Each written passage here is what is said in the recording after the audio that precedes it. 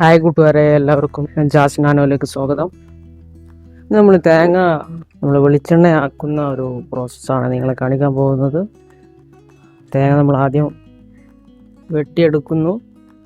വെള്ളം വേറെ ആയിട്ട് വേർതിരിച്ചതിന് ശേഷം നമ്മൾ ആദ്യം 12 മണിക്കൂർ ഡ്രൈ ചെയ്യാൻ വേണ്ടിയിട്ട് ഡ്രയറിൽ തേങ്ങ വെക്കുന്ന ഒരു ദൃശ്യമാണ് നിങ്ങൾ കാണുന്നത്.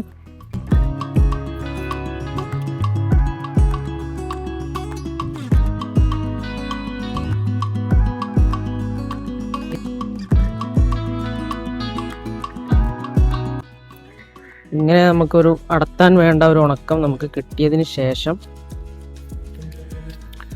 നമ്മൾ കൊപ്ര അടത്താൻ വേണ്ടിയിട്ടാണ് മാറ്റുന്നത്.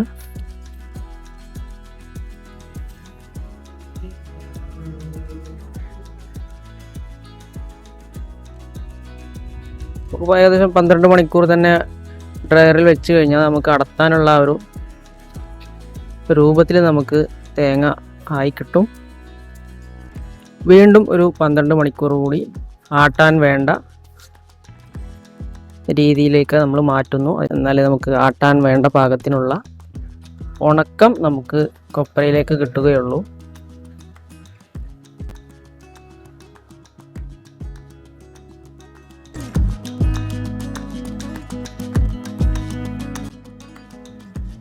അടുത്ത പ്രോസസ്സ് നമുക്ക് അത് കട്ട് ചെയ്യാനുള്ളതാണ്. നമ്മളത് എടുത്തതിന് ശേഷം കട്ട് ചെയ്യുന്നൊരു മെഷീൻ, കട്ടിംഗ് മെഷീനാണ്. കട്ടിംഗ് മെഷീനിലൂടെ കട്ട് ചെയ്യുന്ന രീതിയാണ് നിങ്ങൾ കാണുന്നത്. ഇത്രയും സ്ലൈസായിട്ട് നമുക്ക് കൊപ്രയുടെ ഓരോ കഷ്ണങ്ങളും ആട്ടാൻ വേണ്ട രീതിയിലേക്ക് നമുക്ക് കിട്ടും.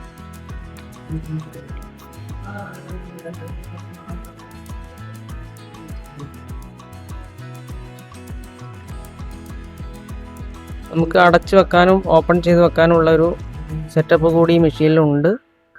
ഈ ഹോളിലൂടെയാണ് കൊപ്രകൾ നമ്മൾ കടത്തി വിടുക. ശേഷം കട്ടിങ്ങായി താഴെ നമുക്ക് കിട്ടുന്നതാണ്. അടുത്തതായി നമ്മൾ ആ കട്ട് ചെയ്തത് നേരെ വെളിച്ചെണ്ണ ആട്ടാൻ വേണ്ടി മാറ്റുകയാണ്. വെളിച്ചെണ്ണ ആട്ടുന്ന ഒരു സിസ്റ്റം, ഹോളിലൂടെ നമ്മൾ കട്ട് ചെയ്ത കൊപ്രകൾ ഇട്ടുകൊണ്ട് നമുക്ക് വളരെ ഈസി ആയി തന്നെ നമുക്ക് വെളിച്ചെണ്ണ കിട്ടും. അതിൻ്റെ അപ്പുറം തന്നെ നമുക്ക് പുണ്ണാക്കും ചാടി വരുന്നത് കാണാമല്ലോ. അപ്പം ഇതാണ് നമ്മുടെ വെളിച്ചെണ്ണ. ഒറ്റത്തവണ മാത്രമാണ് നമ്മുടെ പ്രസ്സിങ് വരുന്നത്. അതിലൂടെ തന്നെ നമുക്ക് വെളിച്ചെണ്ണയും വ്യത്യസ്ത രീതിയിലുള്ള ഒരു പുണ്ണാക്കും നമുക്ക് കിട്ടുന്നതാണ്. മായവും കലർപ്പുമില്ലാത്ത ശുദ്ധമായ വെളിച്ചെണ്ണക്ക് Jas nano coconut oil and foods, Athanippadi. അപ്പോൾ സുഹൃത്തുക്കളെ, വീഡിയോ ഇവിടെ വൈൻഡപ്പ് ചെയ്യുന്നു. Thank you for watching. വീണ്ടും കാണാം.